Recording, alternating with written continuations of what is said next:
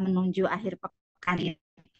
Baik, kita hari ini jumpa lagi di acara Zoom Produk atau Bincang Sehat kita pada malam hari ini dengan topik yang sangat menarik ya Bapak Ibu ya.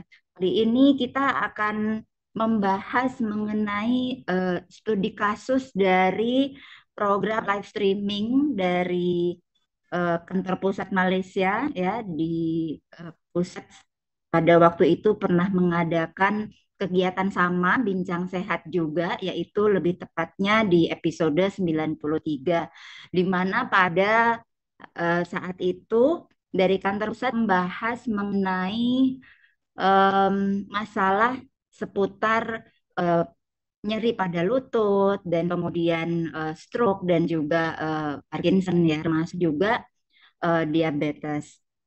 Pada malam hari ini, Bapak Ibu sekalian, kita ditemani oleh seseorang yang luar biasa yang senantiasa memberikan ilmu-ilmunya dan juga sharing mengenai informasi seputar kesehatan khususnya di penerapan akupuntur ya. Siapa lagi tidak lain dan tidak bukan adalah Dr. Wijaya Hayahya. Selamat malam, Dok.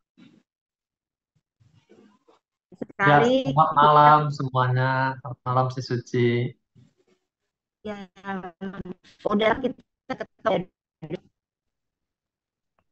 kita ini akan membahas beberapa studi kasus beberapa keluhan tertentu. Nah, Bapak Ibu, Ah, sebelum putus. kita masuk ke pembahasan ya dok ya, apa kita akan putar dulu video Udah, yang mau cuci sudah sama dokter. Dari Priv bingung mama, kita pakai HP. Kalau mau bisa ikut dengerin. Sinyal di tempat Bu Suci bagus nggak? Putus-putus di sini. iya ini sepertinya di saya sih oke sih dok. Oke. Mudah-mudahan suara saya jelas terdengar ya.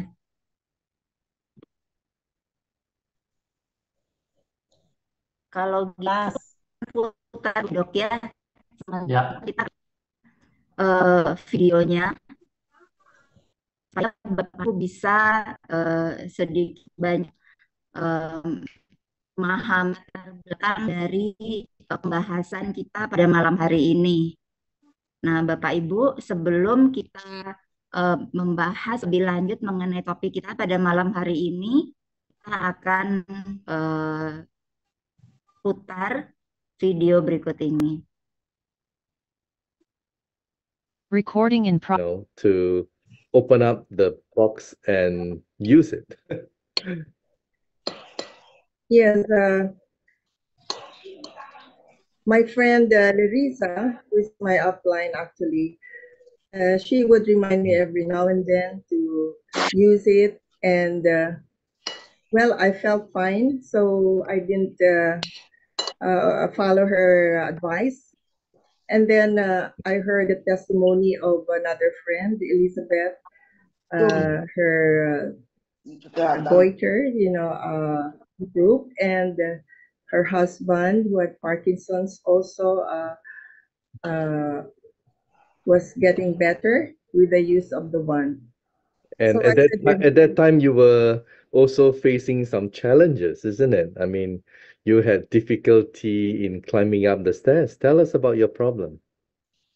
yes, that was around March 2023. It happened like, out of the blue. Suddenly, I could not climb the second floor of our house, and we just moved in to a new home, and Yeah. So here's yeah, the picture. it was painful. I would use a cane, or I would grasp the railing with both hands. So I decided to call an architect and ask her where we could insert an elevator, because there's little space left. So Yes. Cukup So barangkali. she made a suggestion, and when my husband found out that it would reduce Ya, the nanti saya width of the jelaskan driveway dalam and he had bahasa. to remove one car from the garage, he said no. He did not approve of it. And the elevator itself would cost 2 million at the time, and we would sacrifice one balcony. Kan do FN belum dipakai ya. Kan ambil nanti.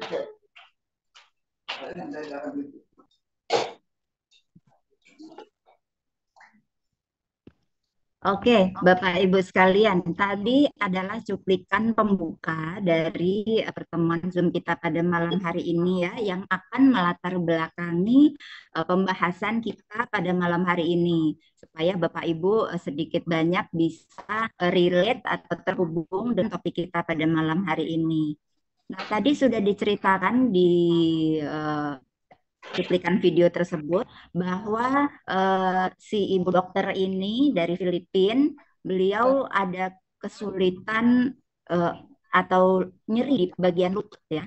Dan kemudian pada waktu beliau pindah ke rumah yang baru 2 lantai, nah itu di situ dia kesulitan untuk menaiki tangga ya. Tapi dengan pemakaian produk nanti kita akan bisa lihat lagi di slide berikutnya bahwa ibu dokter ini mengalami perubahan yang signifikan dari nyeri lututnya. Nah, untuk membahas hal tersebut kita akan undang Dr. Wijaya untuk menceritakan atau memaparkan apa sih atau bagaimana seseorang bisa mengalami nyeri lutut dan juga bagaimana proses atau ada hal-hal yang terjadi pada waktu seseorang mengalami nyeri lutut dan kaitannya dengan beberapa studi kasus yang akan kita bahas sesuai topik kita pada malam hari ini. Nah, kepada Dr. Wijaya kami persilahkan untuk memberikan sedikit pemaparannya. Silakan, Dok. Ya, terima kasih Bu Suci. Saya share screen dulu ya. Nah, bisa bantu saya share screen? Ini masih disable. Oh, dokter udah saya jadikan co-host ya, Dok. Sebetulnya sebentar saya ulang dulu.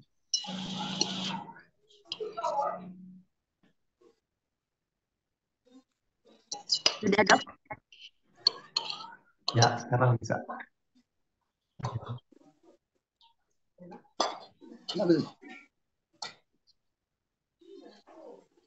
Memang biji tak buang. Kalau lombok besar bukan lombok kecil kok. Saya tampilnya. Oke, jadi malam ini kita agak berbeda. Kita akan ambil dari episode ke-93 live streaming internasional. Jadi kita akan bedah kasus bersama-sama ya. Nah, ini sebentar saya ceritakan apa itu international live streaming dan ini ada 4 kasus yang kita akan bahas malam ini. Ya.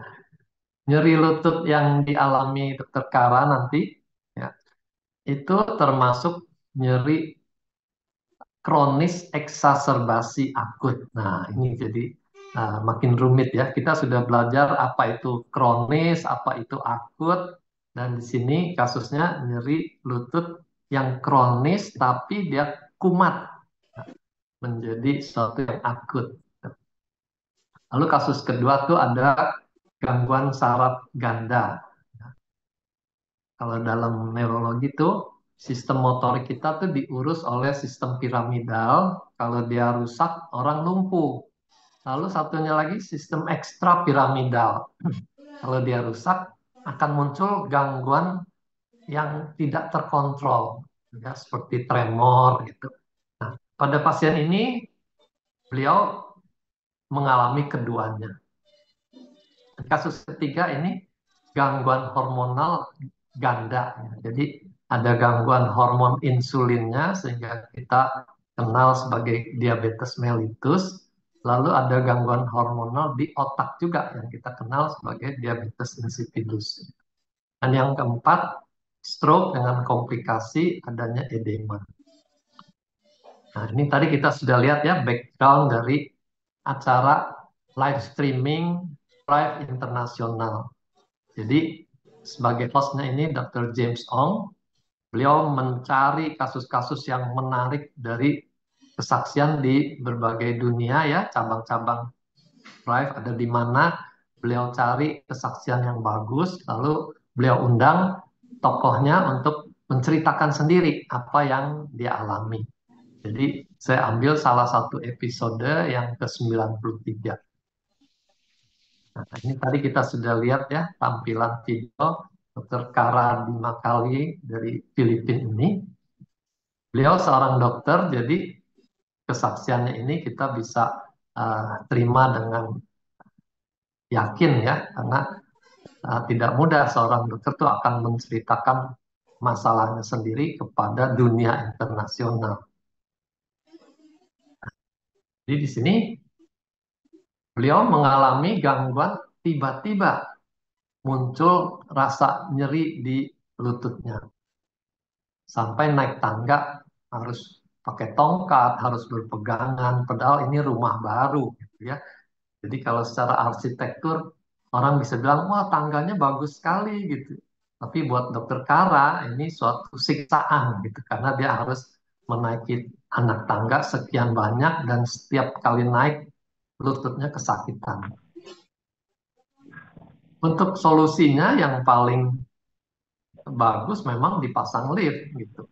Tapi beliau katakan ini rumahnya sudah jadi, baru mengalami nyeri sendi.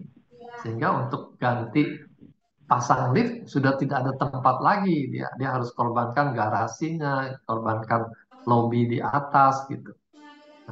Dan tidak mungkin itu dilakukan. Lalu ada yang sarankan untuk operasi. Ya. Jadi kalau kita lihat ini disarankan operasi, berarti kemungkinan ini sudah kasus lama yang kambuh lagi. Tapi beliau katakan biaya operasi itu mahal, ya. Apalagi kalau sampai nanti harus ganti tempurung sendi ini, itu paling sedikit 75 juta kalau di Indonesia. Nah, beliau disarankan coba dah pakai Hytera Care yang klasik ini. Beliau coba-coba, yang namanya dokter itu kan tidak gampang percaya gitu ya. Coba-coba aja lihat ada efeknya. Jadi 2 bulan pertama ini tidak teratur gitu. Tapi walaupun tidak teratur, dalam 2 bulan dia rasakan kok ada kemajuan gitu. Sehingga dia makin teratur, makin konsisten melakukan terapi untuk dirinya sendiri. Ya. Nah, setelah tambahan beberapa bulan lagi, baru dia mengalami pemulihan yang buat dia tuh cukup total gitu ya. Buktinya dari secara klinis gitu ya, dia bisa ikut tur pergi ke luar negeri. Sini dia gambarkan pesawatnya juga model harus naik tangga ya.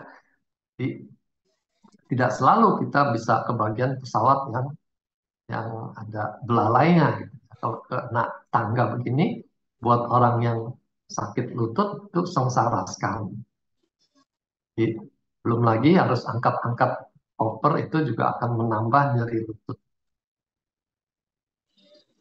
Beliau mengalami kesembuhan sehingga bisa menikmati travelingnya dengan nyaman sekali ya. Di sini dia gambarkan lagi anak tangga. Rupanya buat orang yang sakit lutut tuh gambar tangga itu sesuatu yang sangat menakutkan. Tapi terima kasih karena kesembuhannya, dia tidak khawatir lagi untuk naik turun tangga di tempat dia pergi ini. Kasus kedua, beliau ceritakan sejawatnya seorang suster. Beliau sudah mengalami stroke di tahun 2018. Ada kelumpuhan di separuh badan kirinya. Ditambah juga ngomongnya jadi susah, ya, kaku cadel. Gitu. Lalu tahun berikutnya dia kena Parkinson, ya, sehingga jalannya tuh seperti robot. Ya, nah ini contoh gangguan di sistem saraf ya, yang mengenai sistem piramidal sehingga lumpuh, dan juga ekstrapiramidal sehingga tangannya tuh gemeter terus. Ditambah lagi komplikasi karena gangguan di otak tuh salah satunya bisa mengganggu siklus tidur juga. Ya. Jadi, Suster Catalina ini mengalami sulit tidur. Rasanya belum lengkap penderitaannya. Tahun 2023 beliau kena lagi gangguan batu empedu sehingga harus dioperasi. Diharapkan selesai operasi urusannya beres gitu. Tapi ternyata selesai operasi masih menyisakan nyeri, melilit, dan perutnya kembung terus. Gitu. Gasnya tuh bertambah banyak. Beliau rutin melakukan terapi untuk stroke-nya maupun untuk kembungnya ini. Dan hasilnya cukup memuaskan. Ya, perlihatkan di video yang ada di Zoom tadi ya. Di YouTube, sorry. Saya ambil cuplikannya.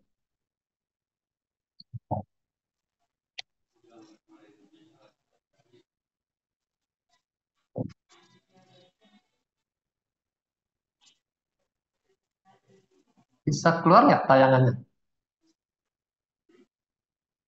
Belum. Ya, sorry. Share screen-nya mesti saya tambah.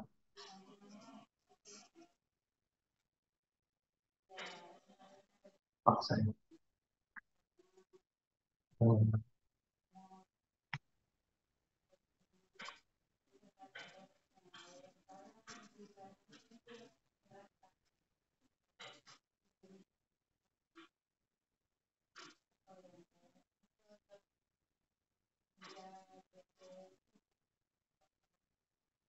Sekarang keluar. Ya. Ya. Videonya nggak ada suara.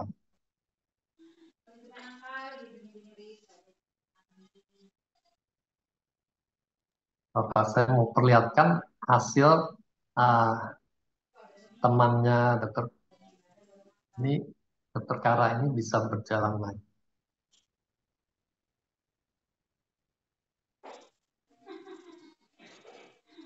Nah, ini. Ya, jadi beliau udah keluar.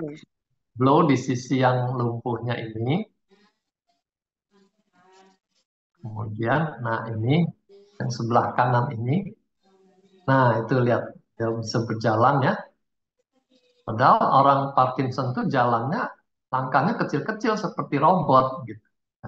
Tapi pada kasus ini mereka berhasil mengatasi baik kelumpuhannya maupun gemetarnya. Lagi.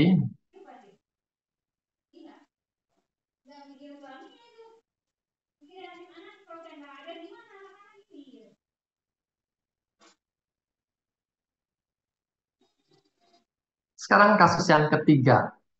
Kita sudah mengenal diabetes yang kita bilang kencing manis itu biasanya diabetes mellitus.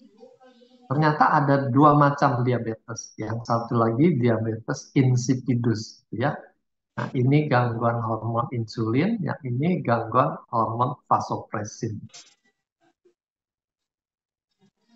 Jadi pada diabetes mellitus itu pankreasnya itu produksi insulinnya menurun.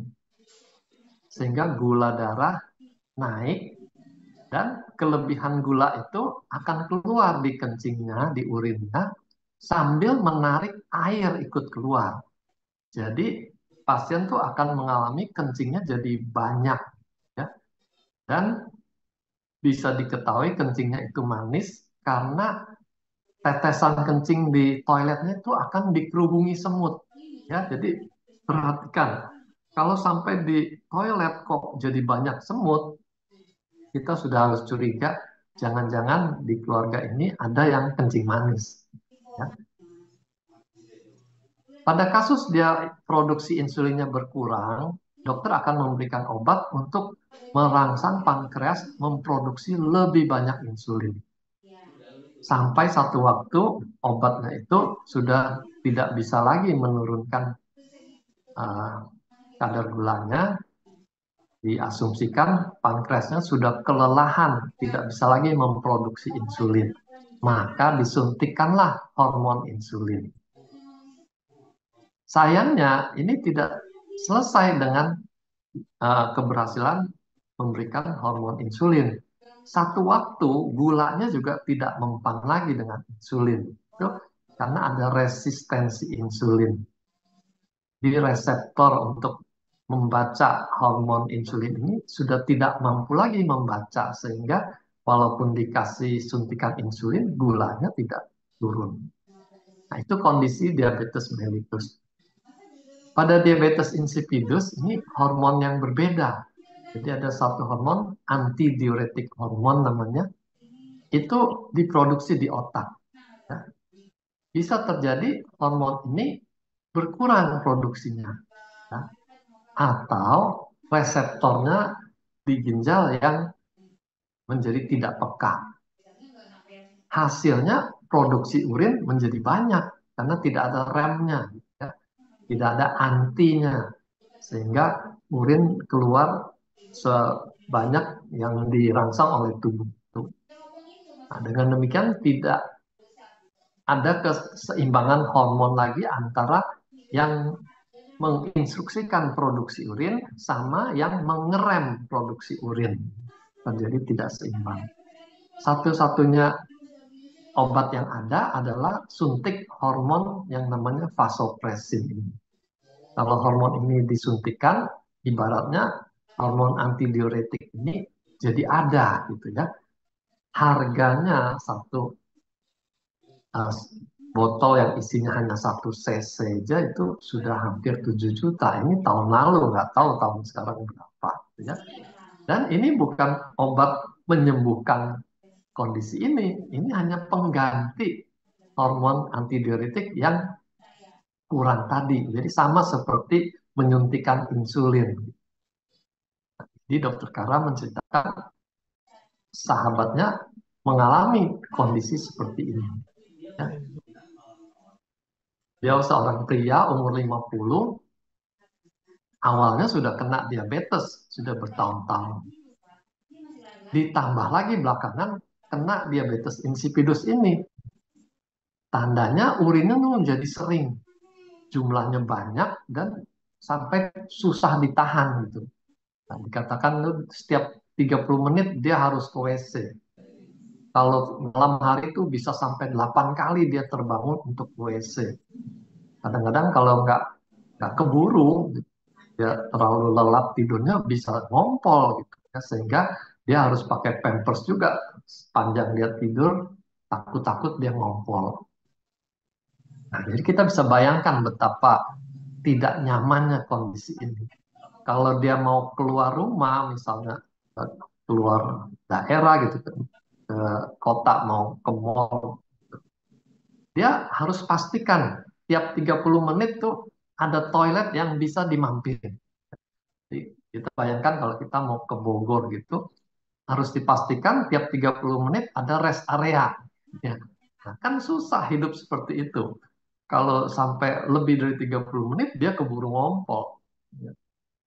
Obat injeksi yang tadi dikatakan itu, ternyata di Filipina juga tidak tersedia katanya. Dia harus import. Satu botol tadi harganya sudah 7 jutaan, dan dia tidak mungkin hanya beli satu gitu kan. Udah import, dia harus punya stok banyak. Nah, berapa banyak stoknya tidak ada yang bisa jamin ini kapan sembuhnya. Ya. Jadi kita bisa bayangkan ini suatu pengeluaran yang tidak terhingga gitu, tak sampai kapan. Yang pasti hidup tuh sudah sangat tidak nyaman. Harus ada toilet yang dibawa-bawa kemana-mana. Beliau ini juga mulai melakukan terapi. Yang rupanya sama seperti kebanyakan orang, terapinya itu tidak teratur. Jadi kalau lagi ada niat dia lakukan, kalau malesnya keluar dia tidak lakukan. Namun Dokter Kara katakan ternyata walaupun tidak teratur, dalam 5,5 bulan ada hasilnya. Gitu. Toiletnya yang tadinya harus 8 kali setiap malam itu bisa turun jadi 2 kali. Dan ini memungkinkan dia untuk bepergian tanpa terlalu khawatir lagi mencari-cari toilet karena tidak tahan untuk ke belakang lagi. Ya, itu juga hasil dari penggunaan terahertz ini. Yang ketiga ini kasus stroke. Masih teman sekolahnya seumur Dr. Kara ini, seorang apoteker beliau. 3 tahun lalu dia kena stroke di sebelah kanan. Sampai dia harus tutup apoteknya karena nggak bisa lagi melakukan pekerjaan sebagai apoteker. Beliau rutin menjalani fisioterapi. Nah, baru 3 hari menggunakan Aithera Care, dia telepon ke Dr. Kara. Beritanya cukup membingungkan, kata Dr. Kara. Dia katakan ketiaknya sudah bisa terbuka, katanya. Dr. Kara sampai berpikir apa maksudnya ketiaknya terbuka. Ternyata dia mau mengatakan tangannya tuh sudah bisa digerakkan ke samping gitu ya, diabduksi, diangkat ke samping gitu. Rupanya temannya ini sudah mengalami kekakuan sendi seperti yang gambar di kanan ini. Sudah kaku semua, jadi ada frozen shoulder di sini. Sehingga untuk menjauhkan tangan ini, walaupun dia punya tenaga, tidak bisa. Ya, sendinya seperti sudah terkunci gitu. Ada kaku di sendi bahunya. Tapi setelah di blow 3 hari, ada kelenturan, tambahan kelenturan, sehingga dia bisa mengangkat lengannya ini, sehingga kelihatan seperti ketiaknya terbuka. Gitu. Lalu beliau juga mengalami edema, ya, bengkak di anggota gerak yang mengalami kelumpuhan ini. Ini biasa terjadi pada sisi yang lumpuh itu, cairan tidak bisa dipompa dengan baik kembali ke jantung, sehingga dia cenderung mengalami pembengkakan. Nah, dengan blow Aithera Care saja ternyata tidak mencukupi, ya, karena blow itu kan hanya 15 menit. Sementara aliran balik ini kan butuh non-stop dia. Jadi di luar waktu dia ngeblow itu alirannya kembali tergenang. Ya. Lalu Dr. Kara sarankan pakai Aithera Bio juga. Setelah dia gunakan Aithera Bio, lebih berhasil lagi untuk mengempeskan yang bengkak itu. Manfaatnya apa? Kalau dia bengkaknya berkurang, ototnya juga akan lebih ringan untuk diajak beraktivitas, sehingga pasien juga akan lebih leluasa melakukan olahraga hariannya. Oke, dari semua kasus yang dibahas tadi, kita bisa mendapat kesimpulan, baik penyakit akut maupun kronis. Nah, dalam cerita tadi kondisinya kronis eksaserbasi akut. Ya. Sesuatu yang sudah lama tapi kambuh saat itu. Bisa ditolong dengan terahertz ini. Karena terahertz kita sudah belajar, dia sanggup untuk mengurangi nyeri karena dia melancarkan energi dan aliran darah. Dan yang lebih kita harapkan lagi, terahertz itu mampu menumbuhkan kembali jaringan yang sudah rusak, ya. Walaupun perlu waktu, ya, tapi dia ada potensi untuk itu. Sehingga penyakit kronis, dia ada peluang untuk diperbaiki menjadi lebih maju, bukan sekedar ditahan nyerinya hilang sebentar gitu ya, tapi bisa ada kemungkinan dia menjadi lebih maju dari kondisi awalnya. Biaya mahal berobat kita bisa hindari kalau pengobatannya tepat, ya, bukan sekedar pengobatan alternatif, ya, tapi kalau alternatifnya tidak tepat juga malah menambah pengeluaran uang. Jadi tadi kita bisa bayangkan dokter Kara tidak jadi pasang lift, tidak jadi operasi, sudah berapa banyak biaya yang dia bisa selamatkan. Padahal dia hanya pakai iTera Care yang tipe klasik, 5 juta seperempat menggantikan lift yang berapa ratus juta mungkin. Ya. Lalu penyakit gangguan saraf. Dalam dunia neurologi, saraf itu paling sulit untuk bisa tumbuh lagi. Ya. Baik yang ekstrapiramidal maupun yang piramidal. Jadi orang yang lumpuh itu sistem piramidalnya untuk bisa pulih seperti semula itu peluangnya itu kecil. Ya. Hanya orang yang stroke-nya baru, yang ringan itu masih ada peluang. Tapi kalau sudah bertahun-tahun stroke-nya itu menyolok, itu biasanya harapannya tuh kecil. Ya. Ekstrapiramidal juga begitu. Gangguan tremor itu tidak bisa mereka kembalikan sampai normal lagi. Kalaupun dikasih obat, itu hanya mengurangi tremornya dan mengurangi kekakuannya. Itu pun obatnya makin lama dosisnya akan makin tinggi. Plus efek sampingnya. Mulutnya jadi kering, hidupnya jadi tidak nyaman. Ya. Nah, dalam laporan kasus ini dari Dr. Kara, ternyata ada peluang gitu untuk perbaikan pada gangguan saraf jenis yang piramidal maupun ekstrapiramidal. Ya. Sekali lagi, walaupun hanya dia pakai tipe yang paling kecil gitu ya. Jadi kita jangan percaya kalau orang mengatakan, wah kalau jenis ini nggak bisa yang klasik, harus beli yang pro gitu ya. Karena intinya itu sama-sama terahertz. iTera Pro punya kelebihannya tersendiri, tapi bukan berarti yang klasik tidak bisa digunakan. Ya. Yang keempat tadi penyakit tidak seimbang hormon. Ya. Di sini hormon kan tadi sudah digambarkan, kalau kekurangan hormon ya harus disuntik hormon gitu. Ya. Tapi pada kasus tadi ternyata kan tidak. Ya. Dia tidak diinjeksi, tapi ada kemajuan. Ya. Kenapa bisa begitu? Karena terahertz kan mengaktifkan sel-sel. Jadi kalau dia produksi hormonnya karena sel-sel itu kurang aktif, ada peluang untuk diperbaiki kalau sel-selnya diaktifkan lagi.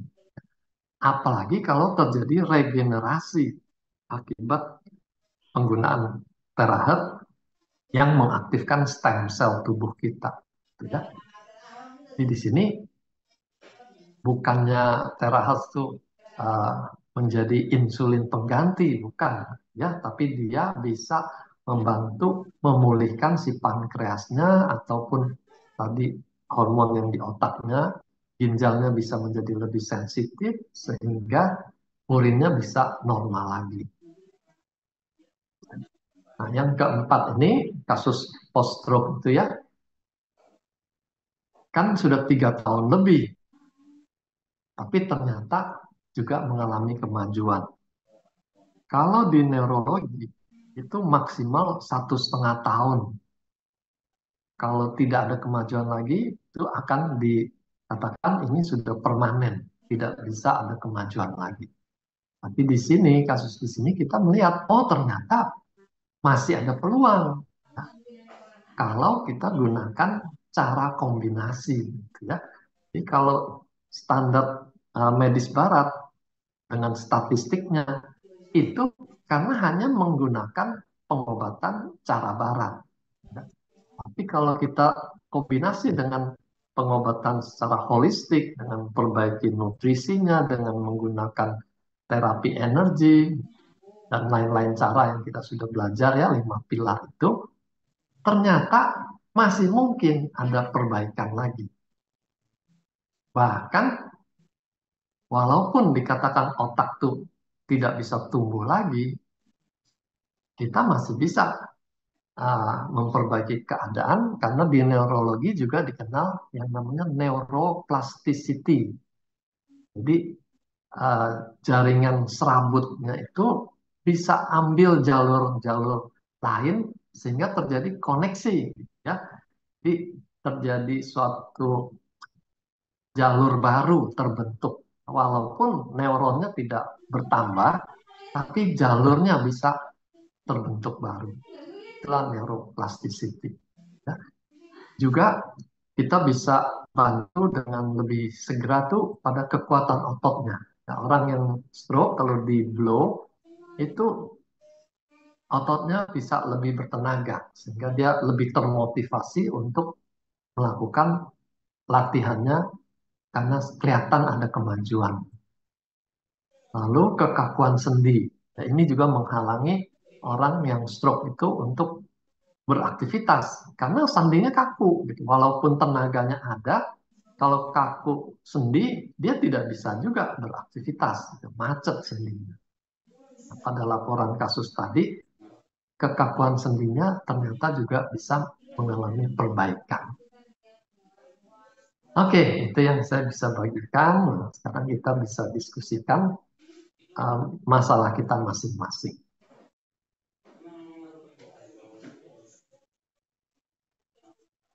Ya, si Suci. Ya, terima kasih Dokter Wijaya untuk pemaparannya.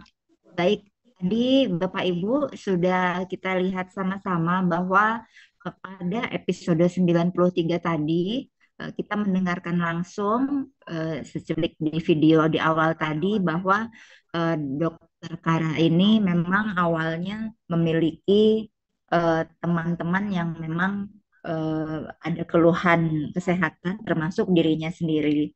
Nah, dengan penggunaan Iteraker secara kontinu ini sangat membantu beberapa keluhan kesehatan teman-temannya dan juga dirinya sendiri terbukti.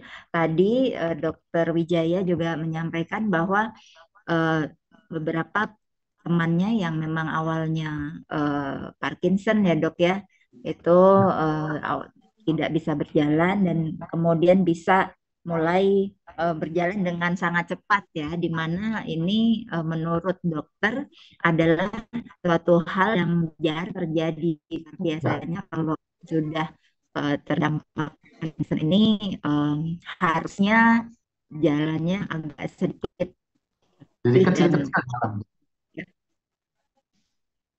nggak bisa cepat, iya.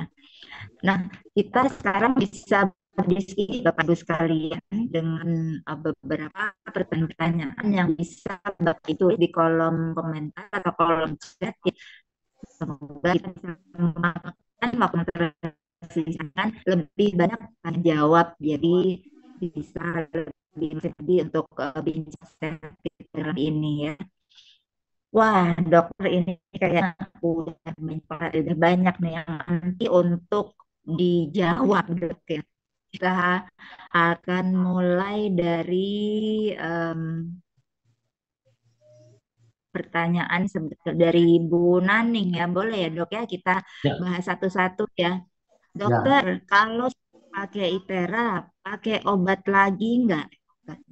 Ya, tergantung obat apa yang sedang dimakan. Ya, kalau obatnya itu bersifat simptomatik, hanya menghilangkan gejala, misalnya obat sakit kepala.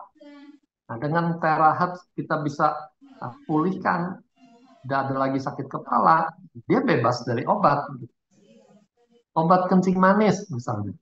Kalau ini fasenya masih baru, pankreasnya tuh masih lumayan bagus ya, sisanya itu tidak habis sekali. Kita bisa majukan kesehatan pankreasnya, nanti dosis obatnya tuh bisa dikurangi sampai benar-benar tuh dia tidak butuh obat lagi. Itu mungkin karena ada proses regenerasi juga kalau kita rutin telaten melakukannya. Jadi Bu Naning yang dimaksudkan obat apa nih?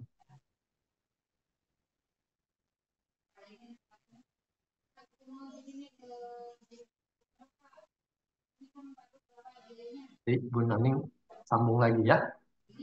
Lanjut lagi.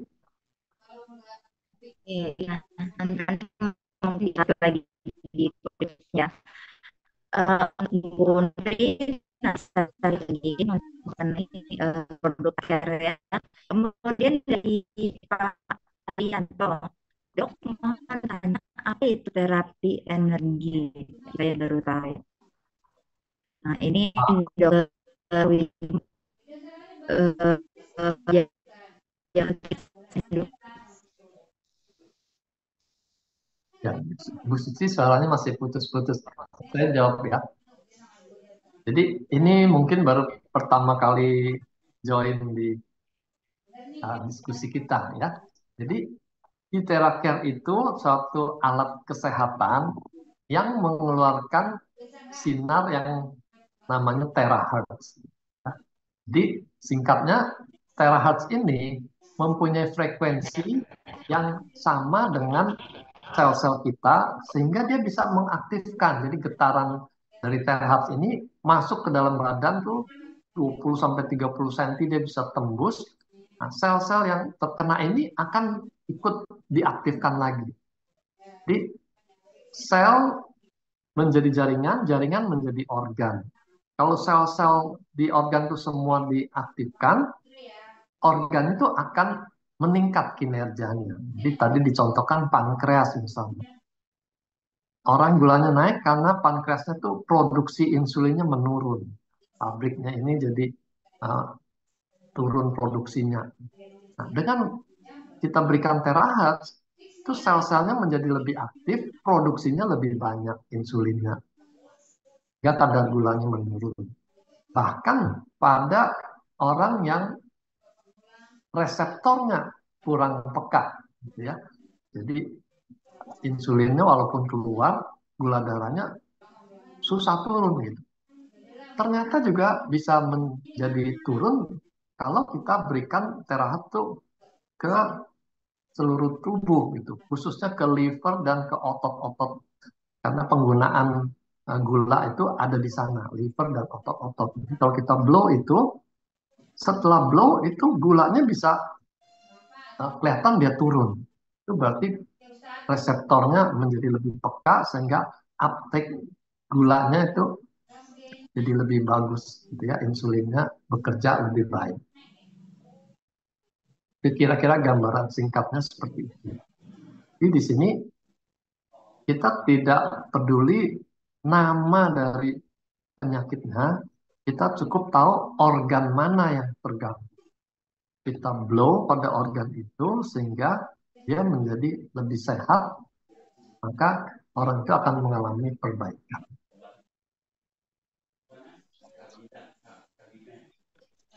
Oke, terima kasih Dok. Pak Ardianto, mudah-mudahan terjawab ya tadi pemaparan dari Dr. Wijaya dan nanti Suci akan berikan link kepada Pak Ardianto untuk lebih memahami apa itu energi terahertz dan juga penggunaan produk-produk dari Iteracare. Selanjutnya kita Terima kasih. ya sama-sama Pak. Selanjutnya kita ada pertanyaan dari Ibu Desti. Bu Desti mengatakan ini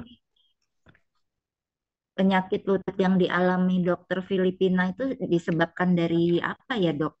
Jadi kalau boleh dipaparkan lagi. Ya, Dr. Kara tidak sebutkan nama diagnosis dari penyakit pada diri beliau gitu ya. Cuma dari ceritanya ini sesuatu yang akut karena dia pindahan rumah kok malah muncul sakit lututnya itu berarti sesuatu yang akut. Biasanya yang akut itu suatu peradangan. Ya. Tapi kalau dari temannya sarankan dia operasi, itu kita bisa pastikan ini bukan peradangan yang biasa karena biasanya radang tidak disuruh operasi gitu. Paling dikasih obat anti rematik, radangnya hilang, nyerinya hilang gitu ya. Dan kita tentu tahu dokter Kara pasti sudah punya solusi itu. Kalau makan tablet rematik nyerinya hilang gitu ya. Tapi Beliau tidak seperti itu kasusnya. Jadi kalau sampai terpikir untuk operasi, berarti ini suatu kondisi yang kronis. Nah, umumnya itu pengenalan sendinya itu sudah aus ya. Kalau sampai itu aus sekali, biasanya mereka ganti semua. Kepala tulang paha itu diganti dengan metal. Gitu. Ulanglah dengan lutut yang baru tapi palsu. Ya. Itu juga yang Dokter Kara tentu hindari. Sebagus-bagusnya barang baru, kalau sudah bukan aslinya dari Tuhan, tidak sama lagi. Beliau juga menghindari operasi itu, dan dia bersyukur sekali. Hanya dengan iTera Care, dia bisa terhindar dari itu semua.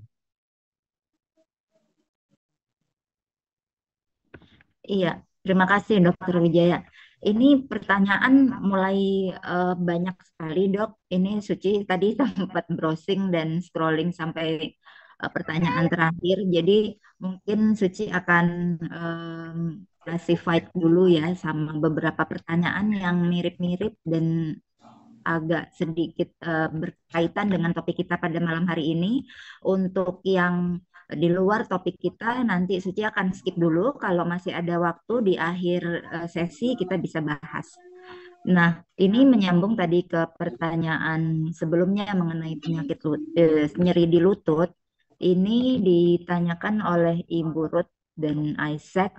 Untuk kasus nyeri lutut ini berapa lama terapi dan sebaiknya di bagian mana saja? Berapa lama itu umumnya dikaitkan dengan sakitnya sudah berapa lama. Ya, jadi kalau baru tentu terapinya tidak berlama-lama. Tapi kalau sakitnya sudah bertahun-tahun, Kara tadi sampai itu 4 bulanan terapi. Jadi di situ berapa lamanya kita jangan hitung dari depan, tapi kita perhatikan ada kemajuan enggak. Kalau ada kemajuan, kita akan lebih termotivasi untuk melanjutkan. Sama, Kara tadi juga awal-awalnya hanya coba-coba saja. Untung dia coba-cobanya sampai 2 bulan, gitu ya. Karena hasilnya baru kelihatan setelah 2 bulan dan dia menjadi rajin. Ibu, Dokter, ya, maksudnya lama blowing di lutut itu berapa lama maksud saya? oh durasi untuk blow-nya. Iya betul dok. Blowingnya berapa lama? Kalau durasi itu paling minim tuh 2 menit. Kalau dia cukup mengganggu sakitnya itu bisa sampai 15 menit per area itu. Ini input dari dokter yang di Malaysia. Jadi bisa sampai 15 menit per area. Tapi total seluruh tubuh disarankan tidak lebih dari setengah jam. Kalau perlu lebih dari setengah jam, kita bagi jadwalnya menjadi pagi, sore, atau kalau perlu pagi, siang, malam. Supaya jangan terlalu lama kita melakukan terapi setiap sesinya. Kira-kira 5 menit lah, Bu. Biasanya saya bikin 5 menit.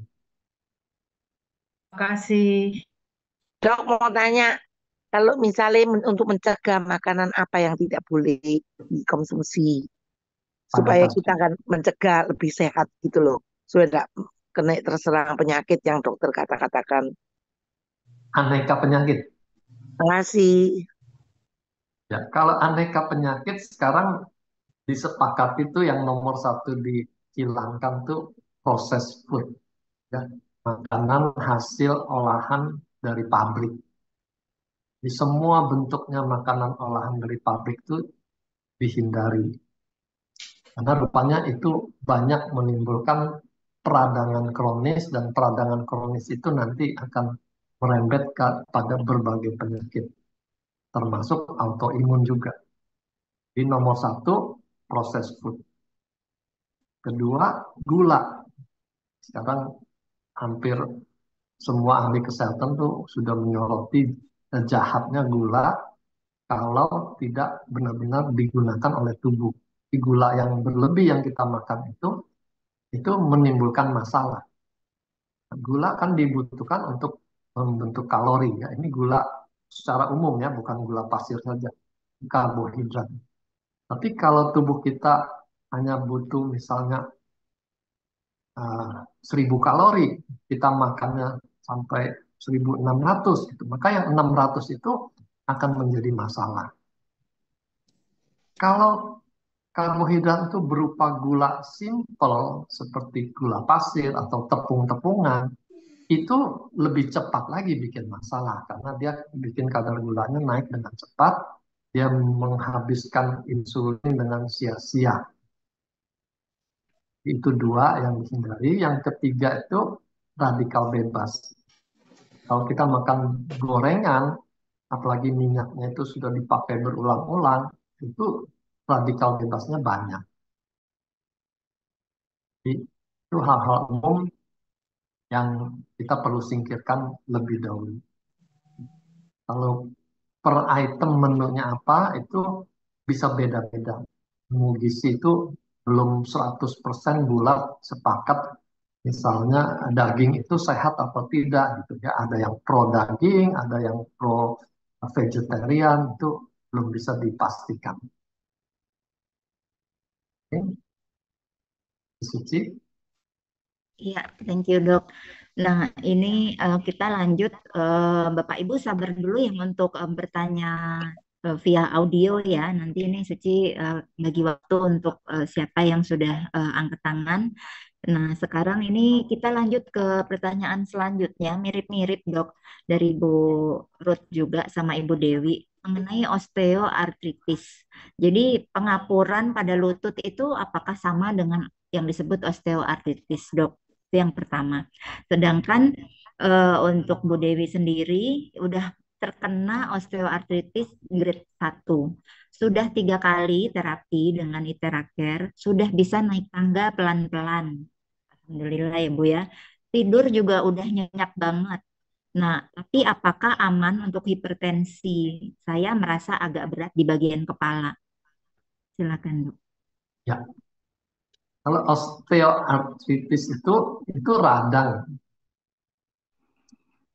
Dan ada satu lagi osteoartrosis gitu. Kalau osteoartrosis itu dia radangnya bukan yang diutamakan, tapi kondisi sendinya.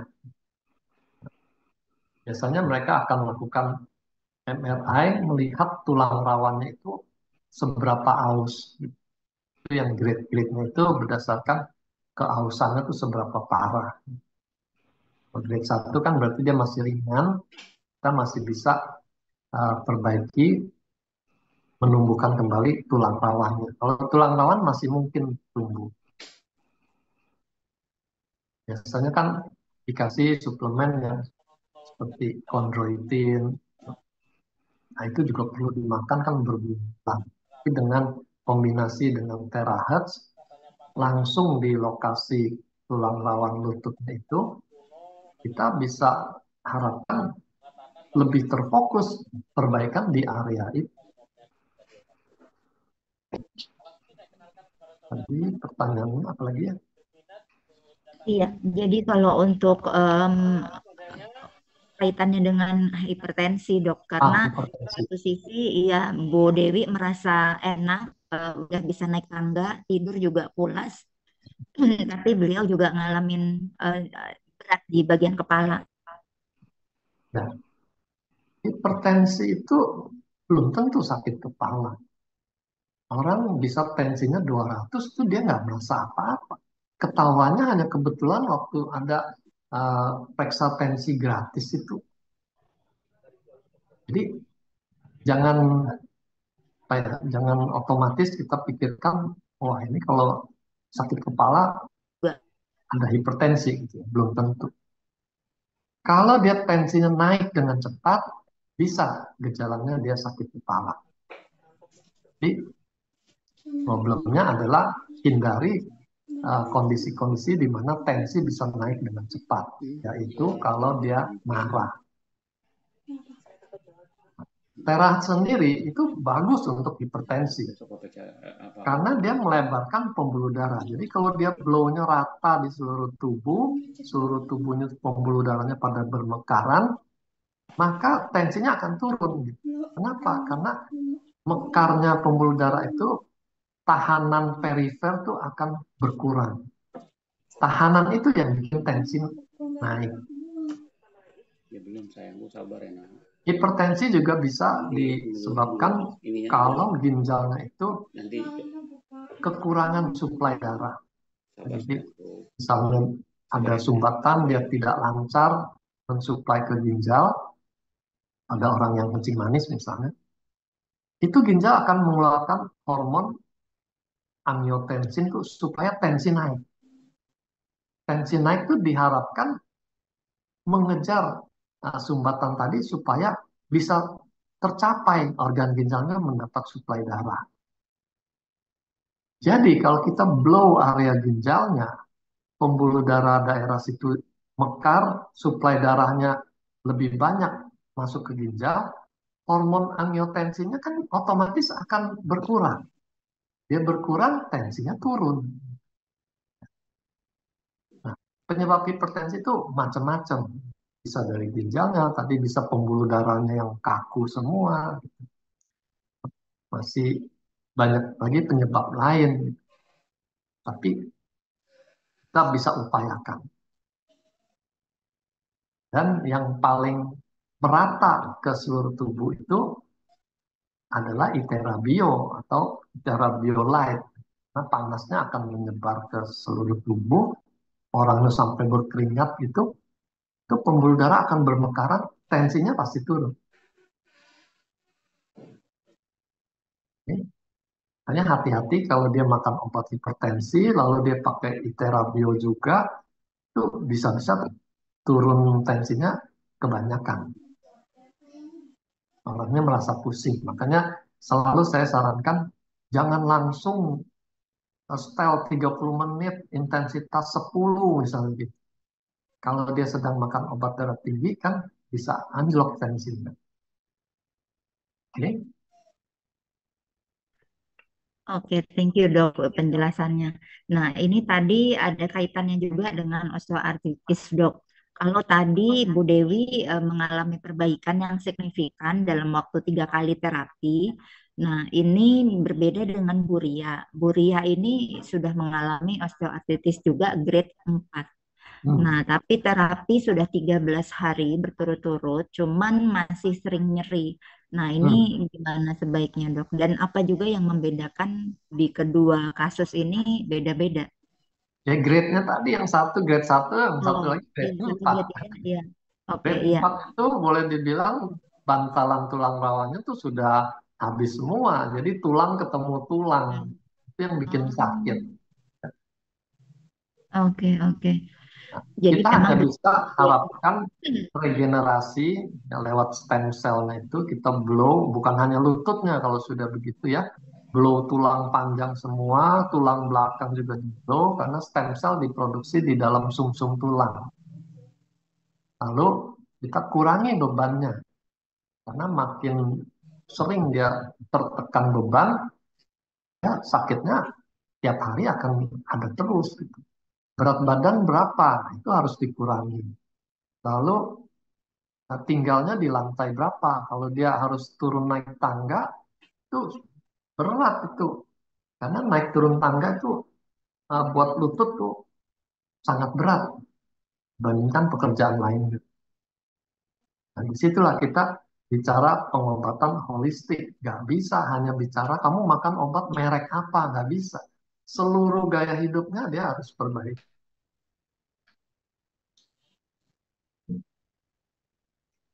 Oke, jadi harus ini,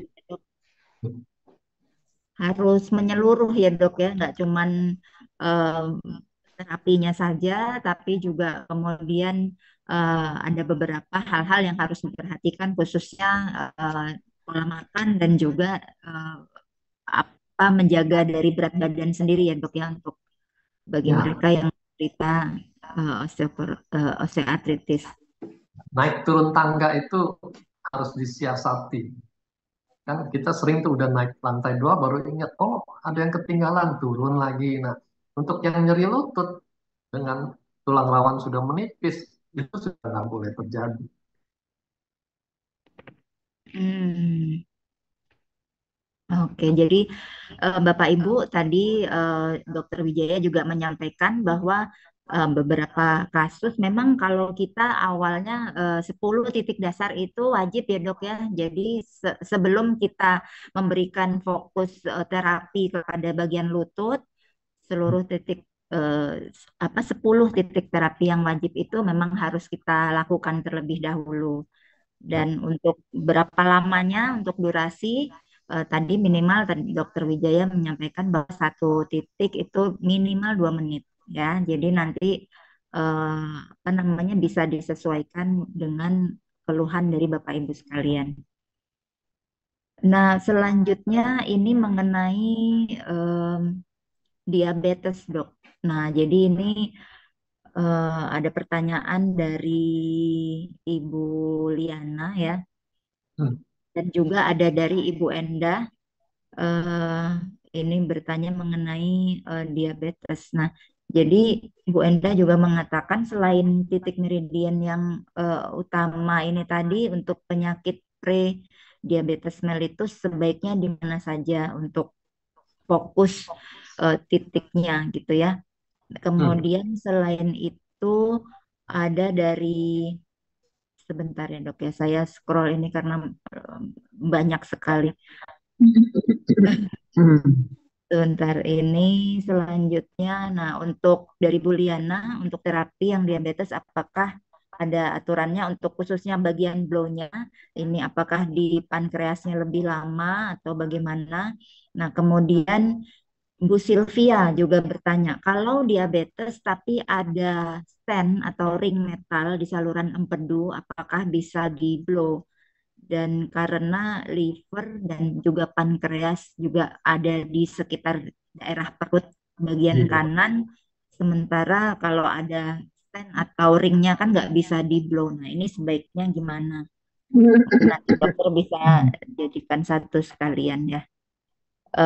Selanjutnya dari Pak Ari, izin bertanya untuk pasien diabetes mellitus terapi utama di lokasi mana? Oke, jadi ini masih seputar titik terapi dan juga berapa lama durasi dan juga hmm, oke, sementara itu dulu dok.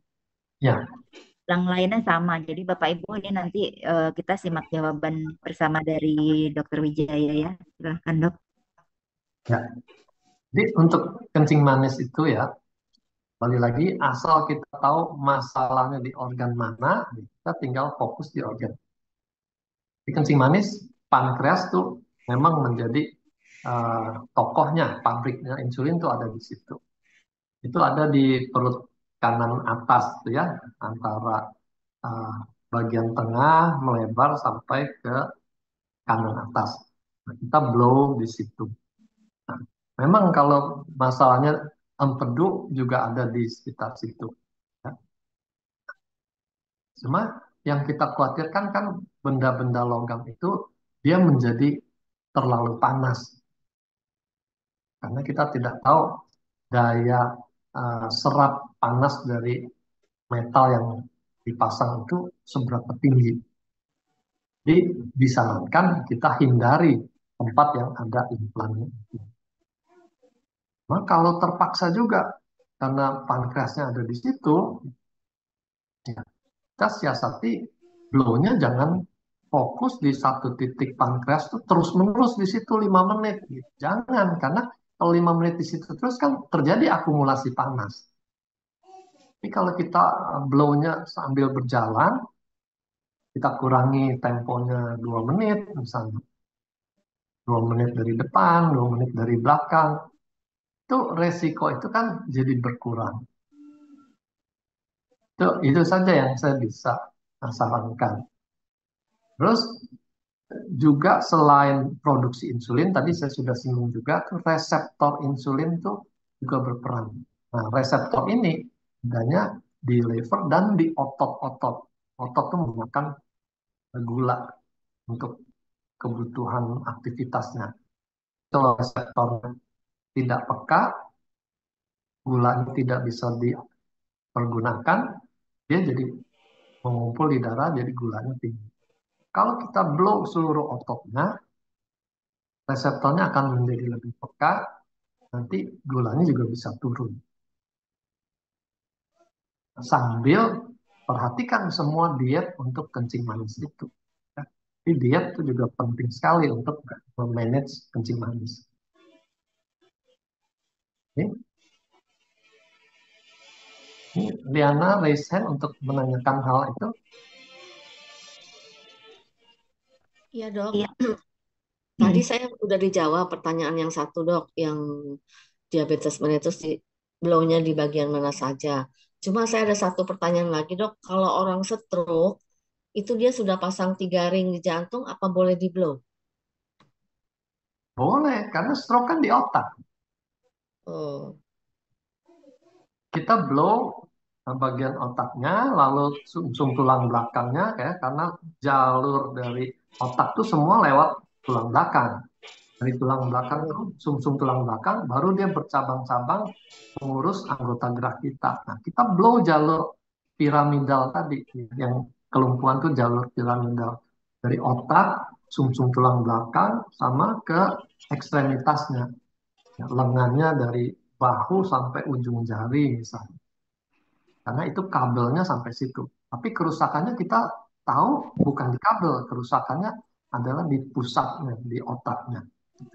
Jadi kita akan bagi waktunya lebih banyak untuk di otak daripada di tangannya. Gitu. Jangan terbalik, karena kalau buat awam kan fokusnya mungkin di tangannya yang lumpuh itu di blow berlama-lama, ya. Ya kurang hasilnya karena problemnya di otak bukan di tangan. Jadi hanya bagian belakang atau bagian depan juga di blow dok, yang ada ring jantungnya? Kalau untuk mencapai sumsum tulang belakang, ya paling dekat dari belakang bukan dari depan. Oh, tidak perlu balik ke depan berarti ya? Tidak wajib, bukan tidak perlu. Ya. Kalau secara TCM, akupunktur, Chinese medicine, bagian depan ini juga ada jalan tol energinya. Yang penting untuk meridian yin. Kalau di belakang itu meridian yang. Jadi depan belakang itu jalan tol, Bu. Kalau kita bisa blow depan belakang, kita sudah mengaktifkan energi mengalir dengan leluasa di jalan tol itu. Ring juga sama prinsipnya. Kalau kita hanya lewat saja, nggak usah takut. Tapi kalau blow khusus jantungnya ini kita blow, ya akumulasi panas itu yang kita hindari. Oh, terima kasih dok. Ya. Iya, sudah menjawab ya Bu Liana ya. Terima kasih ya Bu ya. Terima kasih ya. Iya, Ibu. Baik. Selanjutnya dok, ini ada pertanyaan terakhir apa saya belum jawab. Apa tuh Pak? Yang tadi sudah kencing manis tadi apa ya pertanyaannya? Iya, tadi masih di seputar diabetes saja sih dok. Tadi seputar iya cara penggunaan durasi terapi bagian mana saja ya. Terus sepertinya tadi juga dari apa tambahan Bu Liana tadi juga sudah terjawab. Nah, kita mungkin ke pertanyaan berikutnya, Dok. Ini mengenai pertanyaan dari Bapak atau Ibu Ade ya, mengenai kasus SMA atau spinal muscular atrophy. Ini apakah bisa membantu dengan penggunaan terapi Itheraker karena beliau punya kenalan anaknya baru berusia 5 tahun dan motoriknya sangat minim sekali. Ya, nah, dari namanya kita sudah dikasih tahu bahwa sumber itu di spinal, di sumsum tulang belakang. Sumsum tulang belakangnya tidak mengeluarkan listrik sehingga ototnya tidak terpelihara dan menjadi kisut. Ini seperti orang polio. Orang polio kan juga ototnya kisut, menyolok gitu. Karena listrik di sumsum tulang belakangnya tidak keluar lagi. Dengan terahat kita bisa mengaktifkan sel-sel. tinggal tergantung sisanya berapa. Sisa sel yang masih bisa diaktifkan tuh berapa. Lalu dengan flow di sumsum tulang belakang dan di tulang panjang, kita harapkan stem cell-nya juga lebih aktif, apalagi ini anak-anak ya, stem cell-nya itu masih banyak, itu ada peluang dia melakukan regenerasi. Jadi untuk kasus ini, lebih banyak peluang tambahannya kalau kita terapi dibandingkan hanya makan obat-obat dari medis barat. Saya lama kerja di bagian neurologi, saya bisa pastikan belum ada obat yang menumbuhkan sarafnya.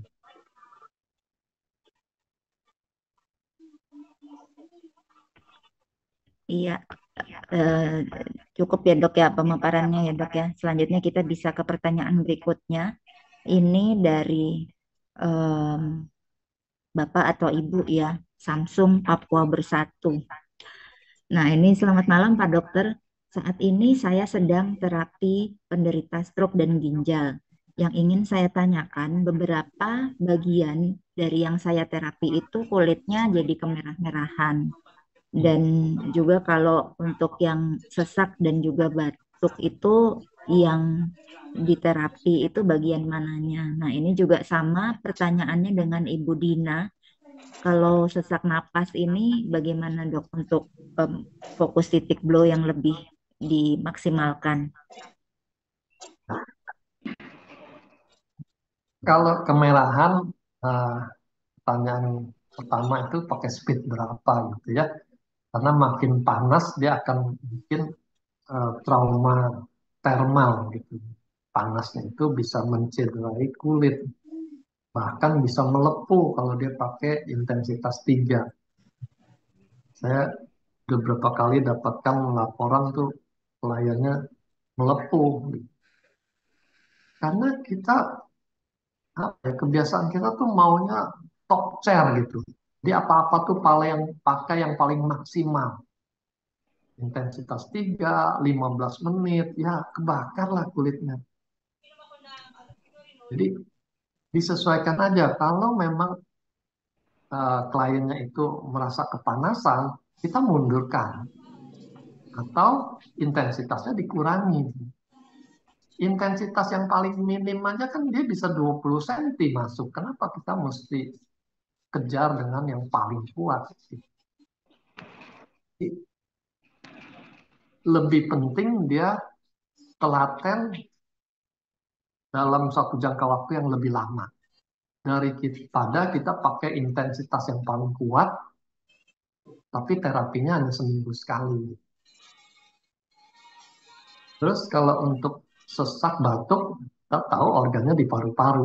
Paru-paru dari depan lebih cepat terjangkau dibanding dari belakang. Di belakang tuh ada tulang belikat, ada otot gitu. Jadi blow-nya banyak dari depan. Ya. Di tengah ini tulang dada itu ada satu titik akupunktur yang untuk melegakan rongga dada. Kita blow bagian depan tuh pelan-pelan ya, blow di jalur garis tengah itu, lalu juga blow area parunya. Tidak usah harus tahu titik akupunktur paru ini ada di LU1 gitu, nggak perlu. Karena kita tuju adalah sel jaringan organ. Di blow aja merata di seluruh paru ini. Atas ke bawah seperti kita bikin ngecat tembok gitu, satu baris.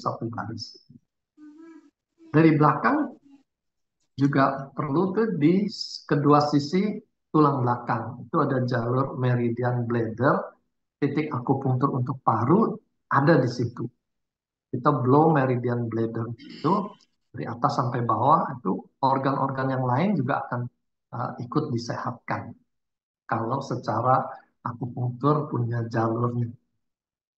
Di depan belakang masing-masing ada manfaatnya. Cuma dari depan lebih langsung kena organ. Lagi. Ya, terima kasih dok. Ini tadi kembali ke seputar pertanyaan diabetes dok ya dari Ibu Diana Fatia. Dok, selama ini saya blow perut kiri atas untuk menyasar ke pankreas untuk kasus diabetes mellitus.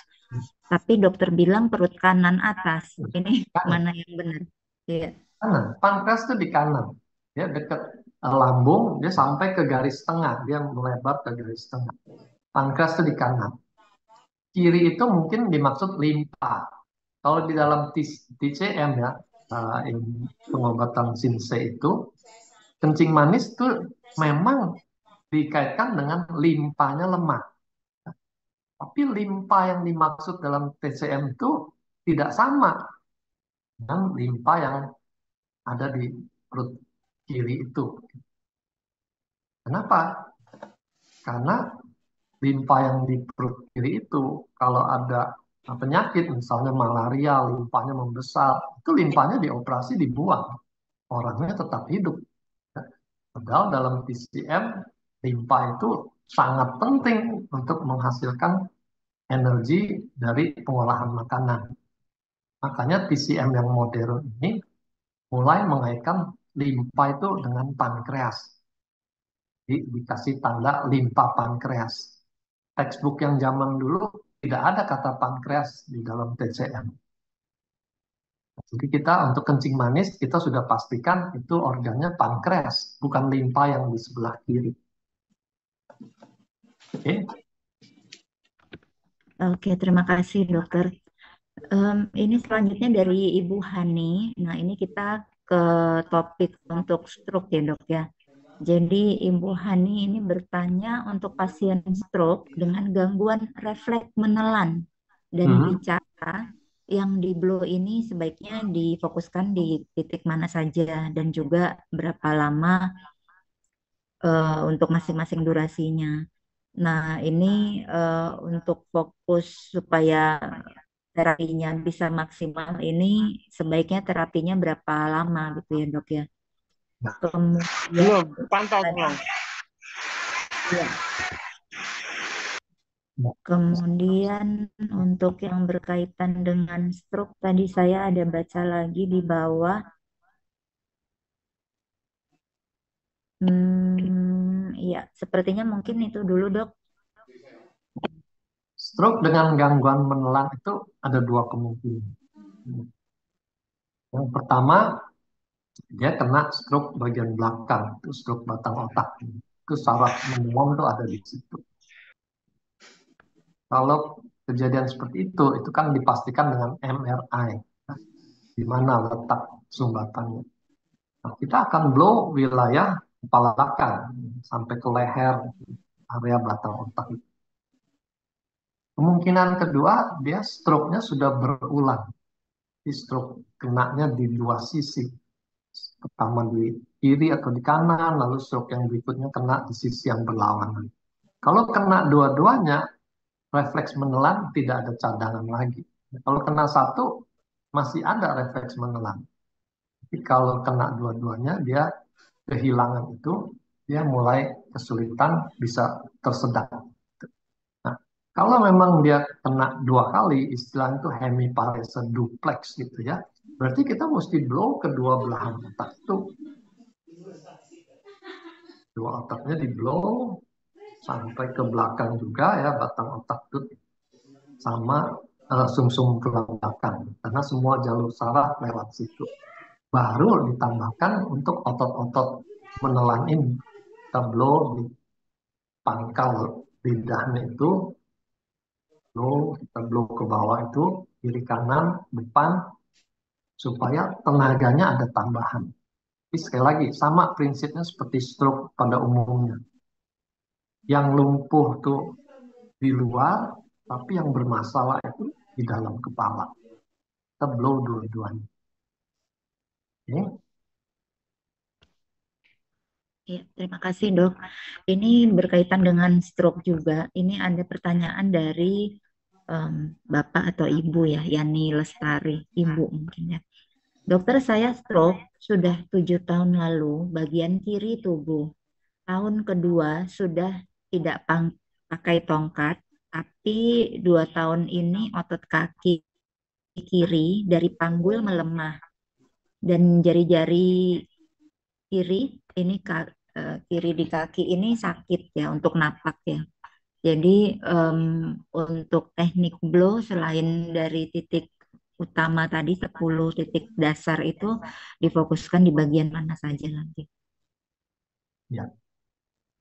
Kalau orang yang pernah stroke itu yang ditakutkan stroke berulang. Di stroke kedua bahkan stroke ketiga. Karena peluangnya lebih besar dibandingkan orang yang tidak pernah stroke. Jadi di situ justru si terahertz ini tidak boleh absen karena fungsinya tuh untuk pencegahan stroke berikut. Jadi sama prinsipnya karena stroke itu serangannya di otak, kita blow kepalanya. Lalu anggota yang lemah baru menyusul kita blow. Kalau hanya ekstremitasnya aja di blow, otaknya tidak di blow, sumbernya itu kan tidak terlindungi. Padahal aliran darah ke otak itu penting untuk dijaga, bukan aliran darah ke ekstremitas. Ya. Yang bikin stroke itu adalah gangguan aliran darah di otak, bukan di tangan atau di kaki. Di blow kepalanya.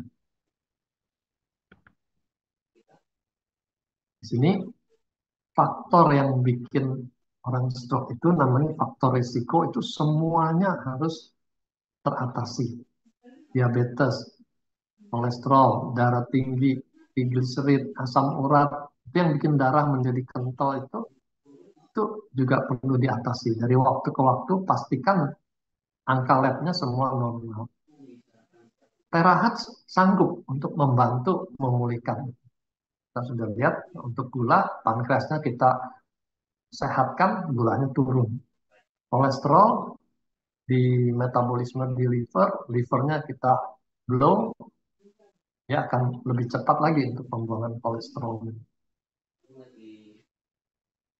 Dan diet serta olahraganya, pada nggak usah disebut lagi ya, itu sudah include holistic treatment. Sudah termasuk ya dok ya, jadi saling berkaitan ya pastinya ya. Oke. Selanjutnya ini mengenai stroke ini tadi ada tambahan pertanyaan dari Pak Sugito. Kalau untuk stroke yang sudah lama dan kaki ini sudah bengkok dan nggak bisa diluruskan dok. Jadi ini apakah dengan penggunaan ITERA-CARE ini bisa membantu dan bagaimana cara teknik blow-nya ya untuk biar lebih maksimal lagi. Kalau bengkok itu berarti struktur ya. Stroke mestinya tidak sampai bengkok. Kemungkinan itu ada masalah di sendi lututnya sehingga ada peradangan dan membuat pertumbuhan sendinya itu nggak simetris lagi sisi luar dengan sisi dalam sehingga mulai terjadi bengkok. Kalau struktur terahertz tidak bisa perbaiki karena sudah jadi begitu struktur. Tapi kalau fungsi itu terahertz besar peranannya, dia memperbaiki fungsinya karena sel-selnya diperbaiki. Untuk yang bengkok jangan harapkan di blow nanti jadi lurus. Nah, untuk semua pasien stroke itu ya, saya perlu ingatkan kita fokus pada apa yang masih tersisa yang kita bisa fungsikan dari pasca stroke ini. Jangan terlalu fokus pada yang hilang. Jadi kalau tenaga dari 5 misalnya turun jadi 3, jalan aja masih susah gitu. Jangan terlalu fokus, habiskan waktu, habiskan energi, habiskan pikiran tuh memikirkan kok nggak maju-maju. Ya. Pikirkan yang masih tersisa yang bisa dikerjakan. Kalau otak itu masih bagus semua untuk berfungsi, fungsikanlah otak dan maksimal. Kerjakan yang tidak perlu pakai kaki. Dia bisa kerja di komputer, maksimalkanlah kerja komputernya walaupun tenaga kakinya 3. Saya agak susah juga kalau orang tuh hanya fokus pada tenaganya. Saya bahkan pernah dapat orang yang stroke sudah bisa pulih, bisa beraktivitas lagi, bisa mengajar lagi. Dia selalu datang dengan keluhan, kok masih tebel-tebel ya kulitnya, gitu ya. Itu buat saya tuh seperti orang yang tidak mensyukuri apa yang masih ada. Dia lebih fokus pada apa yang sudah hilang. Padahal rasa tebelnya tidak mengganggu dia menjadi guru, menjadi beraktivitas kemana-mana. Kenapa itu terus yang dia keluhkan? Nah, ini berlaku untuk semua.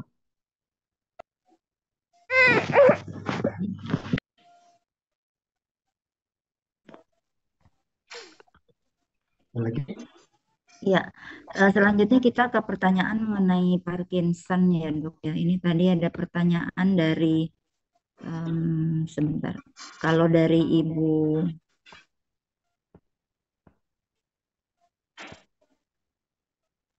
sebentar dok. Ibu Foni ya, ini bertanya untuk Parkinson ini titik blow di daerah mana yang dimaksimalkan. Terus kemudian pertanyaan dari Bapak ya, Joy Tracy. Ini selamat malam Pak Dokter, izin ada klien saya kena Parkinson dan ini juga bertanya untuk fokus di bagian mana untuk titik blow-nya, dan kembali Pak Joy ingin dijelaskan lagi sebetulnya apa penyebab terjadinya Parkinson gitu dok. Jadi untuk mohon penjelasan kembali. Ya, terima kasih dok. Ya, kasih. Jadi Parkinson itu ada bagian di dalam otak tuh substansia nigra itu dia menghasilkan suatu kimia otak ya, neurotransmitter yang mempengaruhi pergerakan dari otot kita. Kita bisa bergerak dengan halus itu, misalnya masukkan benang ke dalam lubang jarum itu karena sistem gerak halusnya tuh berfungsi dengan sempurna. Tapi kalau pada pasien Parkinson, kekurangan neurotransmitter itu membuat gerakan halus tuh jadi hilang. Dia mulai ada gemeter. Dibayangkan kalau orang Parkinson suruh masukkan jarum. Nggak bisa. Gerakan tremor itu pada Parkinson, buat kelompok yang lain, itu dianggap gangguan yang ringan. Gitu. Hanya gemeter. Ada gerakan ekstrapiramidal yang lain, tangannya tuh bisa goyang-goyang terus, tidak terkendali. Bahkan kakinya tuh bisa mendadak menyentak, dia sampai jatuh. Nah, jadi itu sama-sama ekstrapiramidal. Sama-sama problemnya di dalam otak. Nah, buat terahertz, dia nggak peduli ini Parkinson ataupun gangguan apetose lainnya gitu, gangguan gerak spontan lainnya gitu. Yang penting selnya bermasalah, di blow, terahertznya mengaktifkan sel yang masih ada, yang masih bisa berfungsi. Kalau dia maju, mampu untuk mengurangi gangguan, ya terjadilah. Gitu. Kita tidak peduli dengan label nama persisnya apa nih. Yang penting kita tahu ini masalahnya di organ apa. Nah, kalau dari daftar pertanyaan tadi, masih banyak nih yang terpaku dengan titik-titik formula. Parkinson titik apa yang di blow? Janganlah, saya sarankan tuh jangan sampai ribet begitu. Ya. Jadikan alat terahertz ini apa istilahnya friendly user, ya. Mudah digunakan. Asal tahu organnya di mana, blow saja organnya. Nggak perlu pusing dengan peta akupunktur titik Parkinson itu ada di mana. Oke? Oke, terima kasih dokter. Mudah-mudahan menjawab ya Bapak Ibu sekalian ya, karena Untuk titik blow itu kita sudah sering informasikan bahwa 10 titik dasar itu wajib dilakukan sesuai SOP ya atau standard operation untuk terapi kita, selain untuk minum air yang sudah diterapi sebelum dan sesudah melakukan terapi ya. Ini kemudian ada pertanyaan tadi kalau dokter sempat sebut kondisi Parkinson di mana ada gerakan-gerakan refleks ya dok ya, dari otot atau organ-organ apa bagian-bagian tubuh ya, tangan dan lain-lain. Nah ini menarik, ada pertanyaan dari Ibu Dewi Damai. Beliau bertanya, eh, ada klien Bu Dewi ini yang suka tiba-tiba sesekali jatuh ke depan dok, kayak kesandung tanpa ada refleks bisa menahan. Jadi yang pertama itu jatuh kena lantai gitu ya, kemudian jatuh kena lantai dan bibirnya terluka, kemudian kepalanya gitu. Nah itu apakah bisa dikondisikan bahwa ini juga kategori Parkinson atau gejala Parkinson gitu ya dok? Bukan, Karena bukan bukan ya dok. Parkinson. Parkinson itu gangguan gerak halus berupa tremor dan orangnya menjadi makin kaku. Jadi jatuh itu bukan ciri umum dari Parkinson.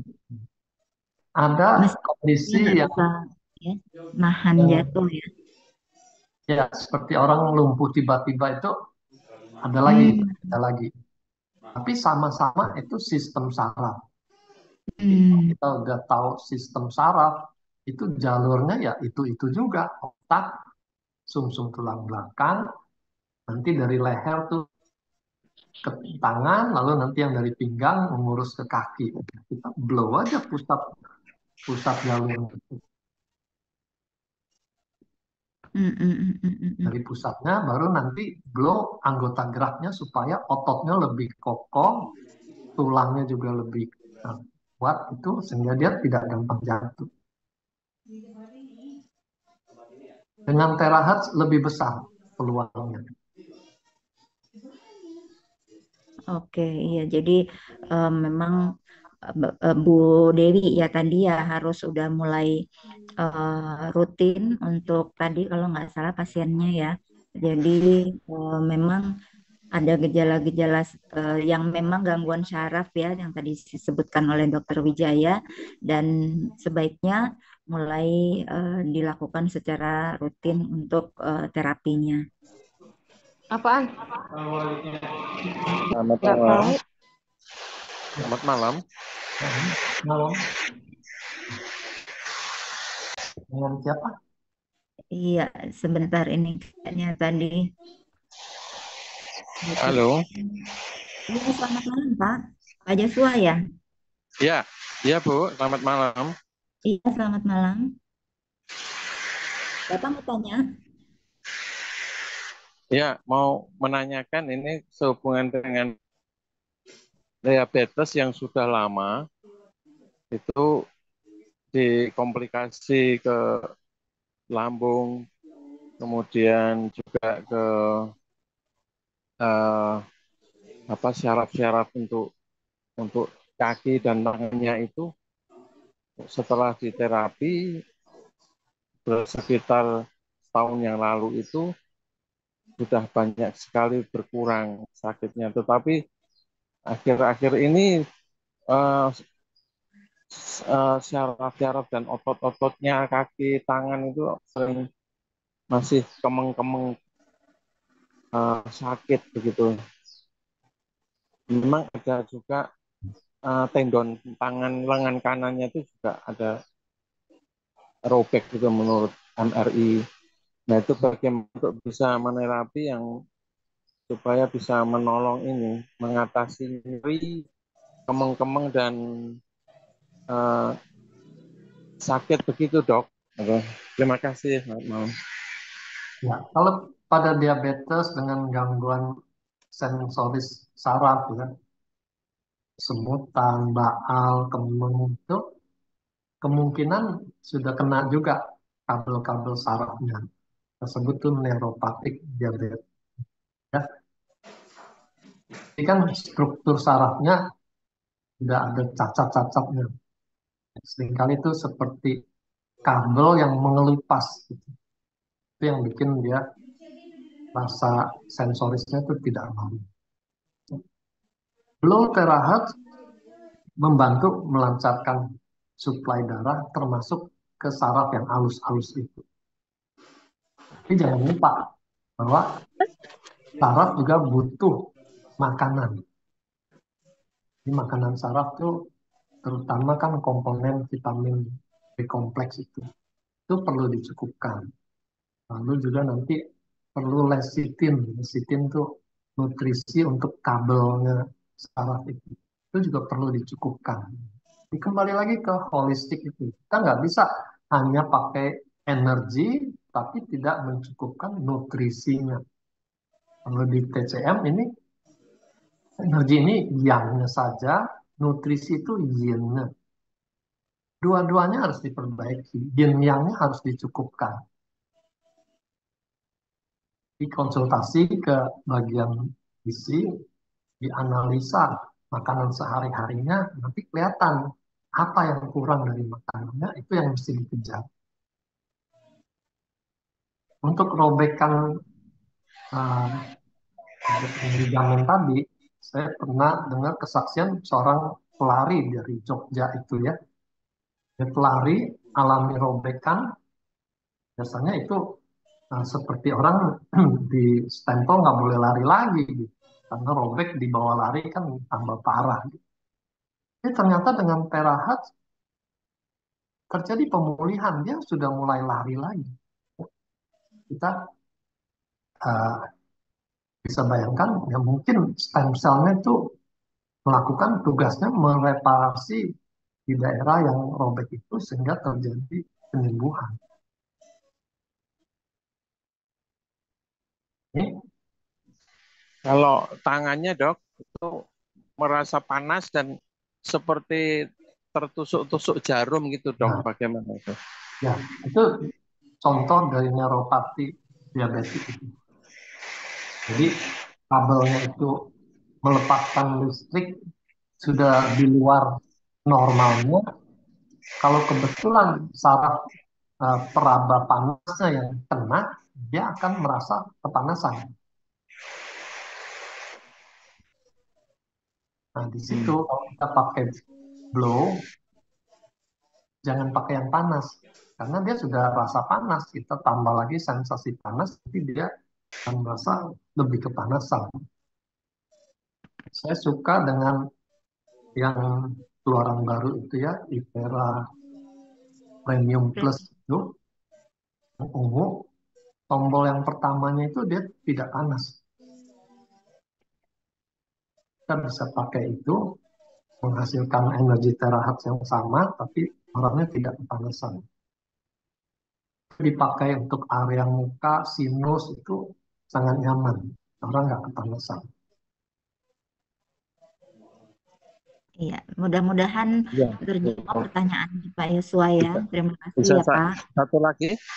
satu lagi, yaitu pasien yang mempunyai keluhan dari pemeriksaan dokter katanya limpahnya itu membengkak sehingga perutnya itu buncit tetapi keras.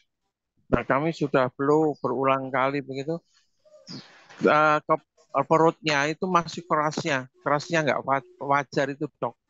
Nah itu kira-kira kasusnya apa itu? Katanya juga ada leukemia segala katanya. Ya, terima kasih dok. Diagnosa dari dokternya berarti kan belum bulat gitu. Limpahnya yang membengkak mudah diperiksa manual juga bisa kelihatan.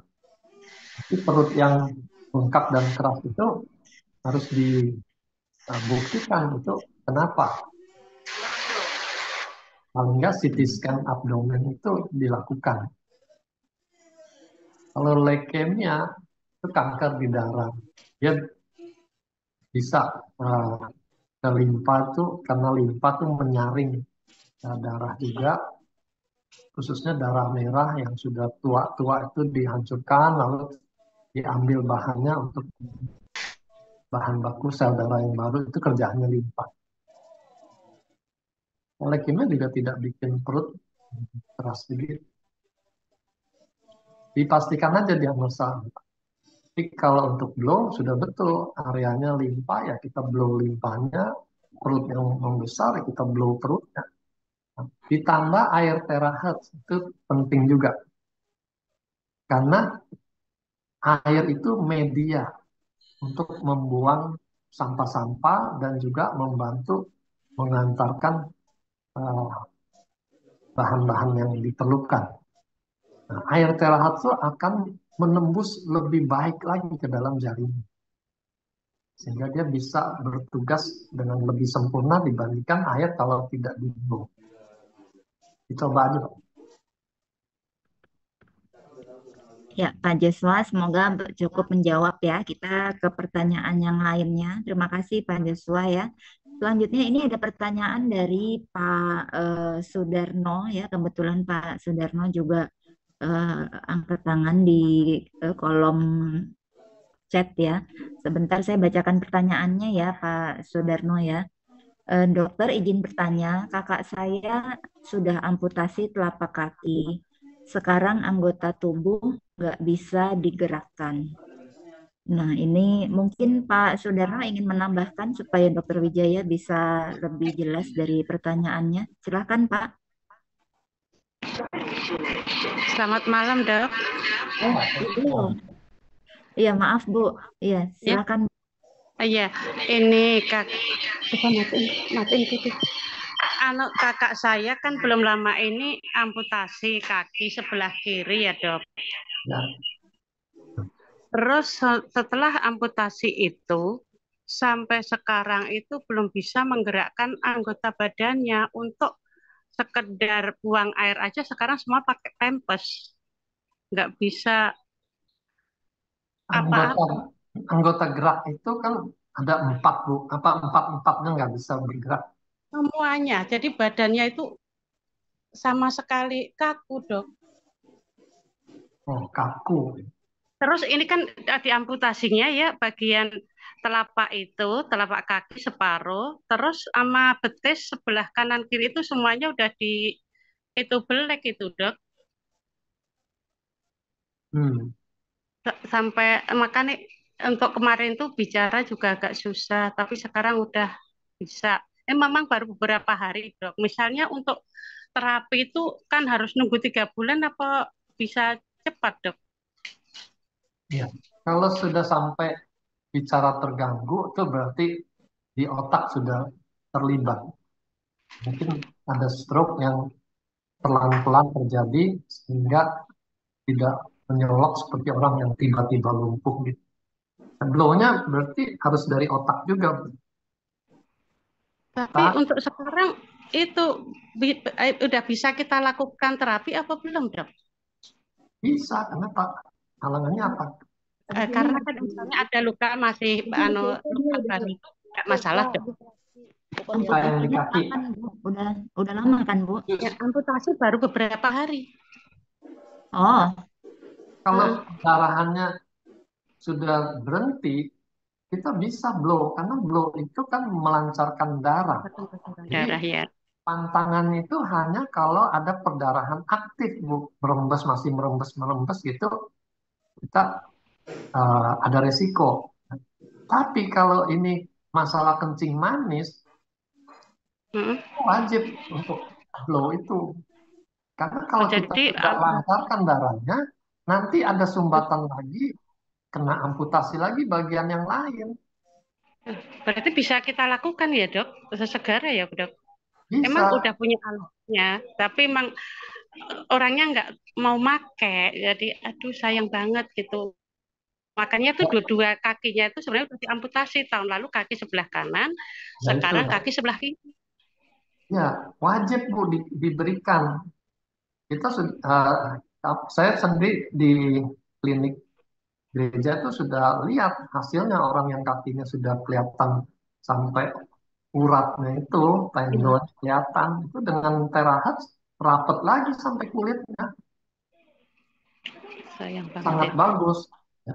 Kalau yang sakit ya jangan diharapkan yang sakit mau blow atau Misalnya cuma daerah kepala sampai ke badannya situ aja kan bisa ya, Dok. Terus bisa. kaki yang udah sembuh itu juga mengeras, Dok. Yang sebelah kanan bekas operasi tahun lalu udah Ya, mengeras. Gimana tuh, Dok? Udah hitam. Tapi lukanya udah pulih. Bisa gulanya di sudah terkontrol. Ya, karena sumbernya kan semua di gula. Gulanya harus terkontrol, baik iya. dengan obat, nanti ditambah dengan blow ini, sambil kita bagi waktu 3 kali sehari itu seluruh tubuh harus kebagian di blow. Kepala, tulang belakang, anggota gerak, pankreasnya itu juga semua otot-otot yang udah kelihatan berubah warna itu harus segera di blow. Gitu ya, Dok. Oh, kirain kalau masih baru luka baru nggak bisa. Jadi ini yang lukanya nggak usah dulu, tapi pada bagian yang lain ya, Dok. Terima Lukanya kasih. kalau dilewatkan begitu aman kok, Bu.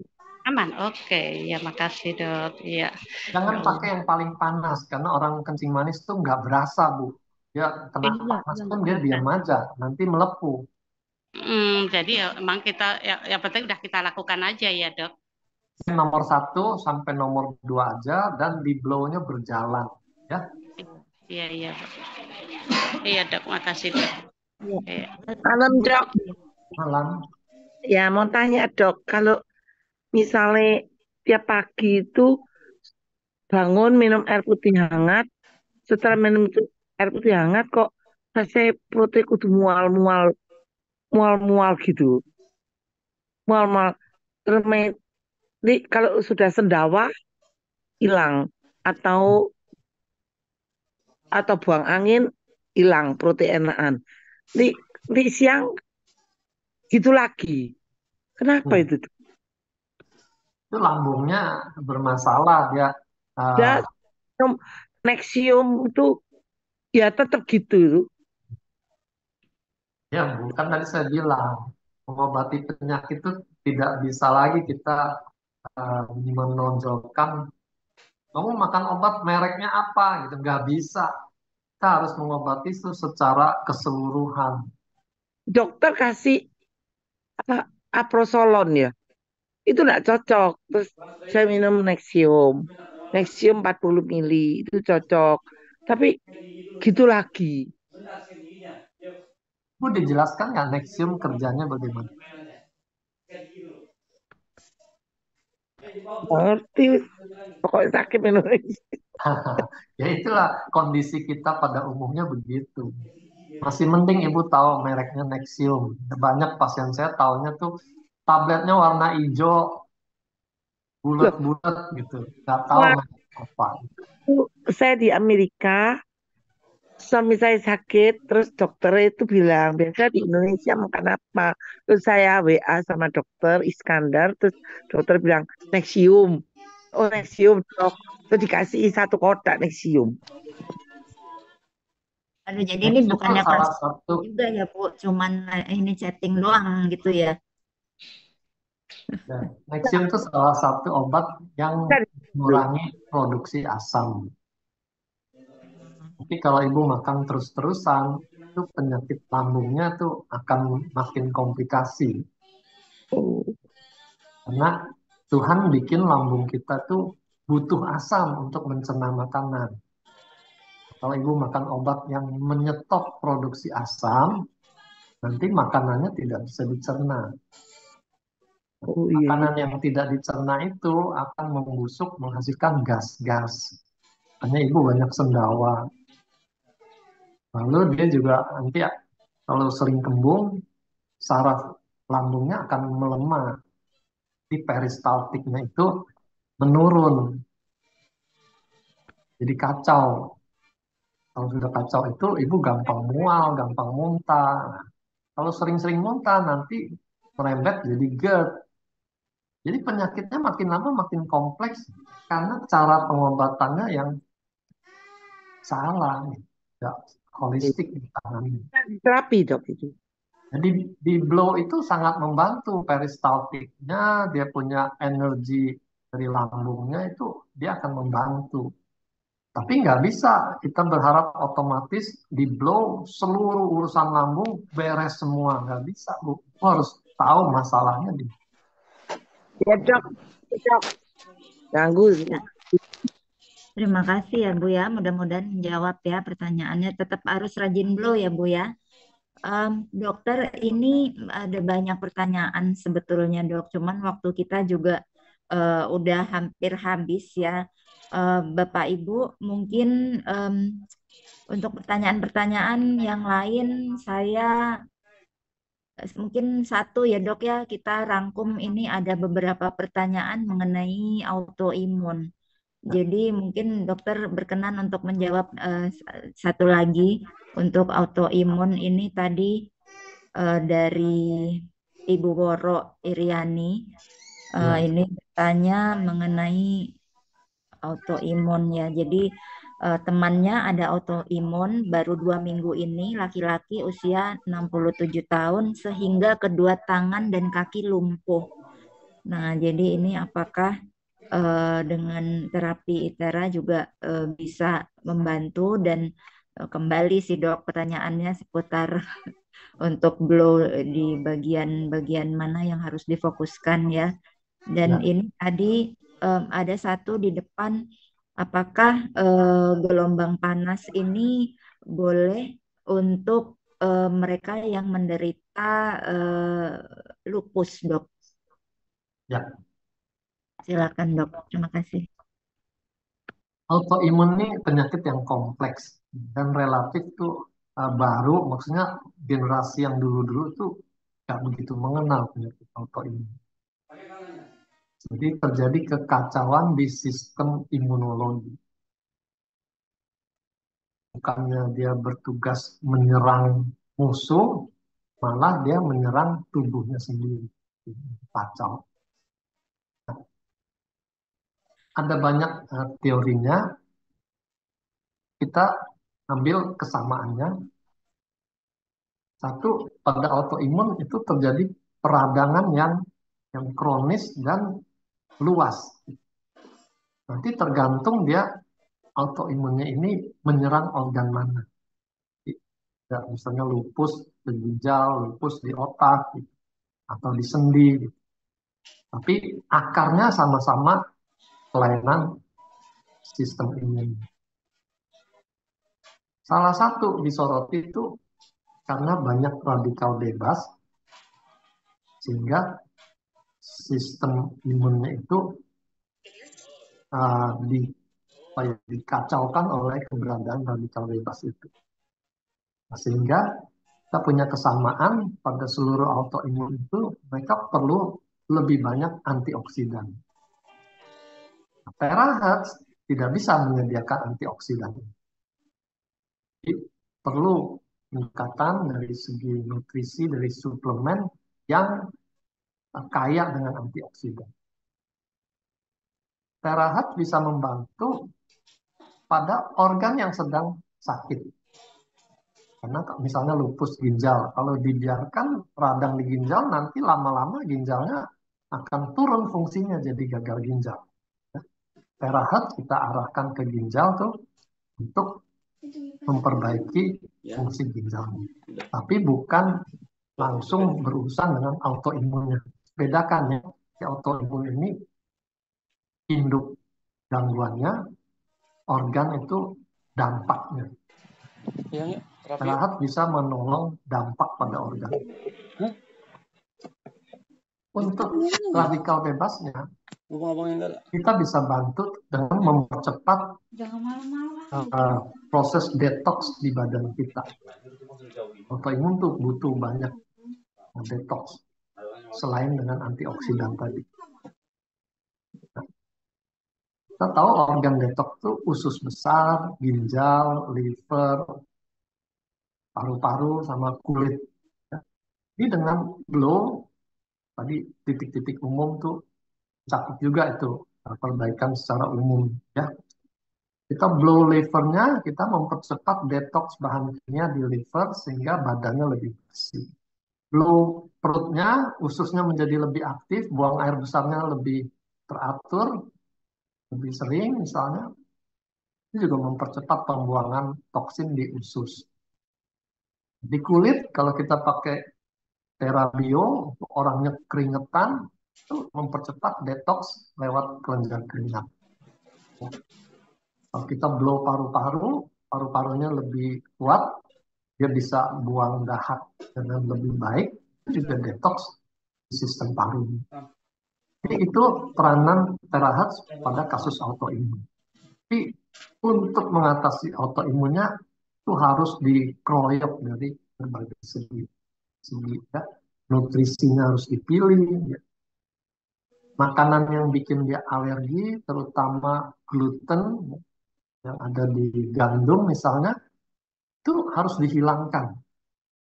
Karena setiap makanan yang mencetuskan alergi bisa membuat autoimunnya tuh flare, ya kumat, jadi aktif. Yang sedang aktif bisa tambah aktif kalau ketemu makanan yang salah. Perlu diseleksi betul dari nutrisinya, lalu kita perbaiki radikal bebasnya, detoxnya, dan perkuat organ-organ. Nah, ini cerita yang rumit. Kita bikin simple aja hari ini.